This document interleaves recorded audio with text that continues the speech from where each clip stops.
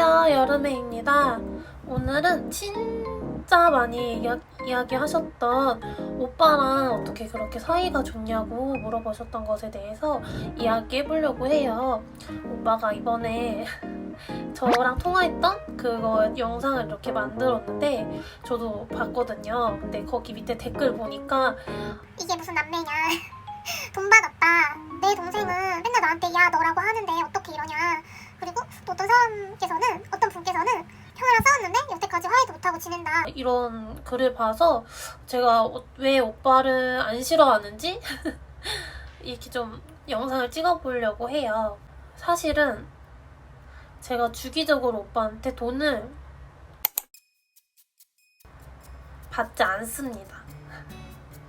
저는 그때 오빠 돌보러 갔을 때 용돈 주는 영상이 있었잖아요. 그때 이후로 정말 오빠한테 돈을 한 번도 받아본 적이 없어요. 네.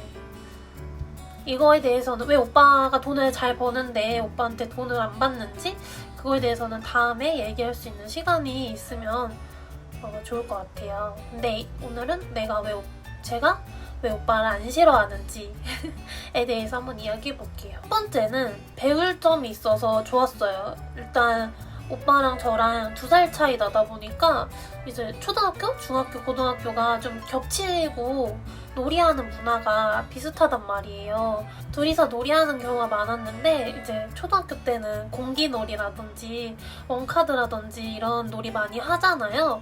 그래가지고 맨날 오빠랑 둘이 집에서 하면은 제가 져요. 오빠보다 어리기도 하고 잘 못하기도 하니까. 근데 학교에 가서 제 친구들이랑 또래들이랑 하면은 늘 제가 이겼단 말이에요.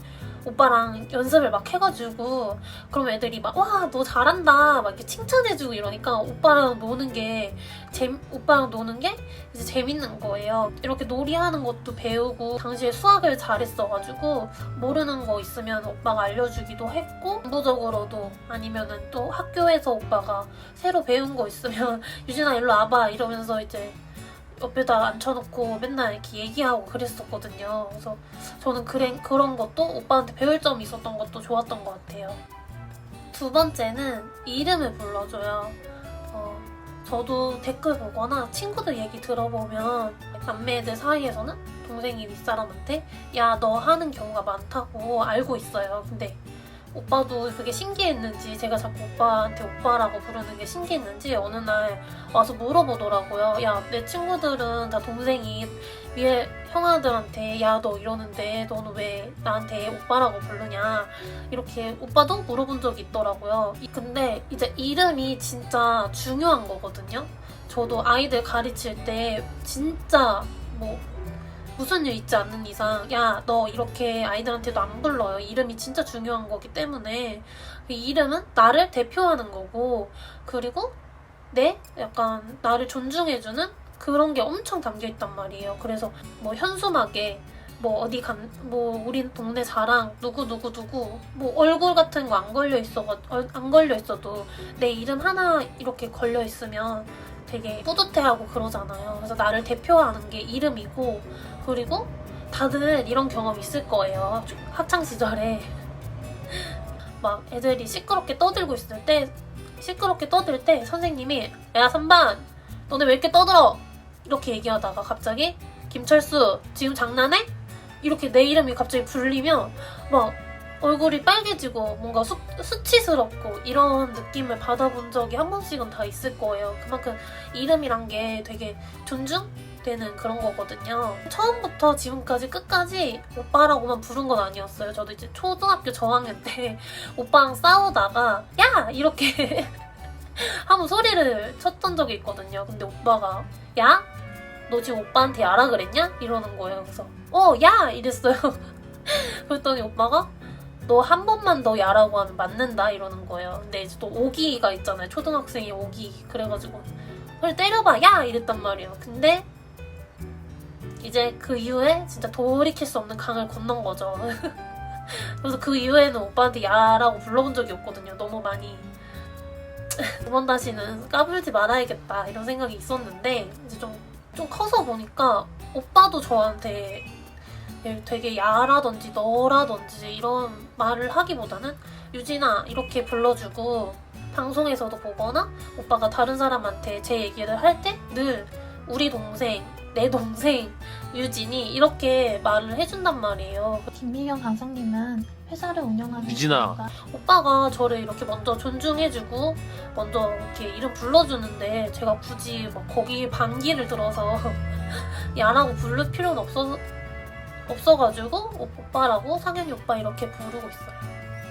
그리고 세 번째는 오빠랑 싸울 때 어린 남매들은 진짜 많이 싸우잖아요. 어린 애들은 진짜 많이 싸우잖아요. 어른이 돼서도 많이 싸울 수도 있지. 근데 오빠가 진짜 이게 오빠가 알고 그런 건지 모르겠는데 좀 싸울 때 꼭 예고를 해주고 설명을 진짜 잘해줘요.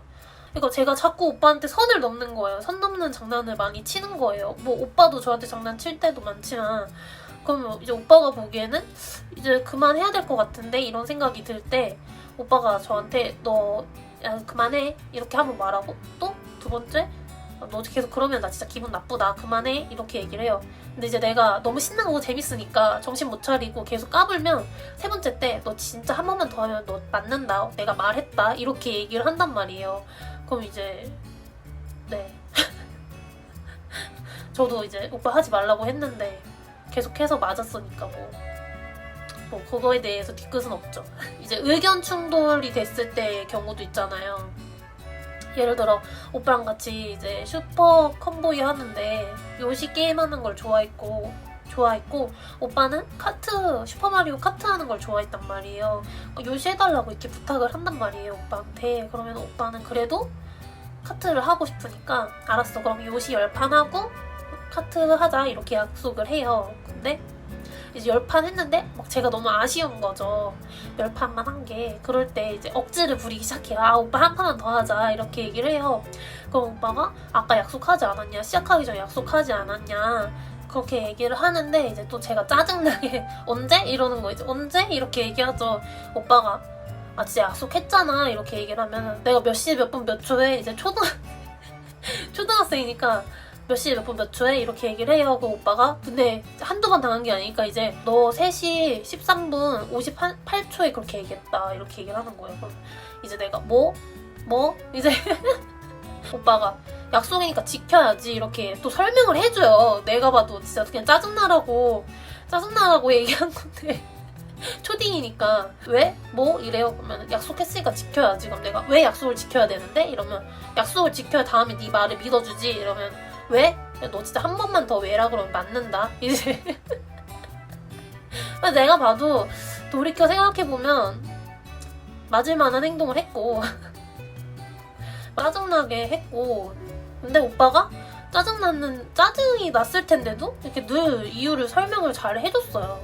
그래서 그거에 대해서 또 뒤끝이 없는 편이었던 것 같아요. 그리고 제가 이제 유아교육을 전공하다 보니까 어린이집이나 유치원에 처음 온 아이들은 이런 생활에 대해서의 약속을 잘 모르잖아요. 뭐 자리에 앉는 거, 뭐 밥을 언제 먹는지 이런 하루 일과를 잘 모른단 말이에요. 근데 성인의 입장에서는 언제 밥을 먹을지 아니까 만약에 12시에 밥을 먹어야 되면 한 10분 전에는 정리를 시작해야 되잖아요. 근데 갑자기 교사가 얘들아 정리하자 이렇게 얘기하면 애들 진짜 들고 일어나거든요. 선생님 더 놀고 싶어요. 싫어요. 왜요? 막 이런단 말이에요. 그래서 아무리 어른의 입장에서는 당연한 거고 알고 있던 거라도 아이들이 이해할 수 있게 설명해 주는 게 진짜 중요하거든요. 그래서 한 11시 반쯤에 얘들아 우리 김반을 10자 되면 정리해야 돼. 밥 먹어야 되거든. 이렇게 얘기해주면 아이들이 그래도 납득을 하고 이해를 하고 선생님을 잘 따를 수 있게 돼요. 어떤 행동을 할 때 뭐 이유를 좀 더 알고 하면 잘 하게 되잖아요. 그리고 납득도 싫은 일이더라도 좀 납득이 되고, 그래서 오빠가 좀 싸우게 됐을 때 잘 설명해주고 예고해주고 이랬던 게 좀 좋았던 것 같아요. 그랬던 게 좀 납득이 됐던 것 같아요. 어린 나이에도. 우리 당시에는 좀 왜? 뭐? 이렇게 물어보면은 말대꾸한다 이런 좀 문화들이 있었을 것 같아요. 근데 우리 동네만 그랬는지 모르겠는데, 근데 오빠가 이제 좀 잘 설명해주고 뭐 어떻게 될지 예고를 해주니까 좋았던 것 같아요. 네 번째는 오빠가 뭘 싫어하는지 정확하게 말해주는 게 있었어요. 오빠가 싫어하는 걸 자기는 이런 걸 싫어한다 이렇게 명확하게 얘기를 해주니까 웬만하면은 진짜 내가 뭐 진짜 바라는 거 아닌 이상 오빠가 이걸 싫어한다 좋아한다 이렇게 얘기를 명확하게 자기 표현을 하니까 웬만하면은 싫어하는 행동을 알고서는 이제 안 하려고 노력을 많이 했던 것 같아요. 예를 들어 장난으로라도 막 이렇게 때리는 거 오빠가 진짜 싫어하거든요. 때리는 거 싫어하고, 그리고 같이 뭘 했으면 같이 정리해야 되는 거, 또 야라고 부르는 거 싫어하고. 그러니까 싫어하는 걸 아니까 안 하려고 했던 거. 내가 뭘 좋아하고 뭘 싫어하는지 가족 사이에서라도 얘기하는 게 좀 중요한 것 같아요. 내게 대화가 필요하다면 그런 것에 대해. 마지막으로는 꼭 사과를 했어요. 저는 진짜 사과를 잘 안 했었는데 대부분은 오빠가 먼저 사과를 해주더라고요. 아무래도 많이 때렸으니까 저를. 네, 만약에 좀 둘 다 너무 잘못한 것 같다 이럴 때는 너도 잘못했으니까 사과해라 오빠한테 이렇게 얘기를 한다거나 좀 애매할 때 그럴 때는 가위바위보해서 진 사람이 먼저 사과하기 뭐 이런 식으로 해서 사과를 하고 나면 진짜 마음이 처음엔 좀 어색하거든요. 당연히 싸웠었으니까. 근데 그 미안하다는 말로 인해서 이렇게 막 속상했던 게 다 풀리는 기분이 들더라고요. 그러고 나면 또 장난치면서 잘 놀고, 그리고 가족끼리 뭐 미안해 사과를 하냐 이러는데 글쎄요, 저는 저희 가족이 다 사과하는 스타일은 아니거든요. 근데 오빠는 유독 사과를 잘 했어요.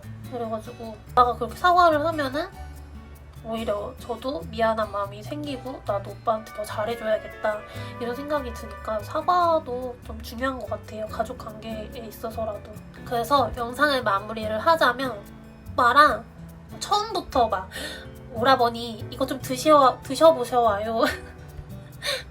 와 역시 우리 오빠 최고야 이게 아니라 뭐 지금도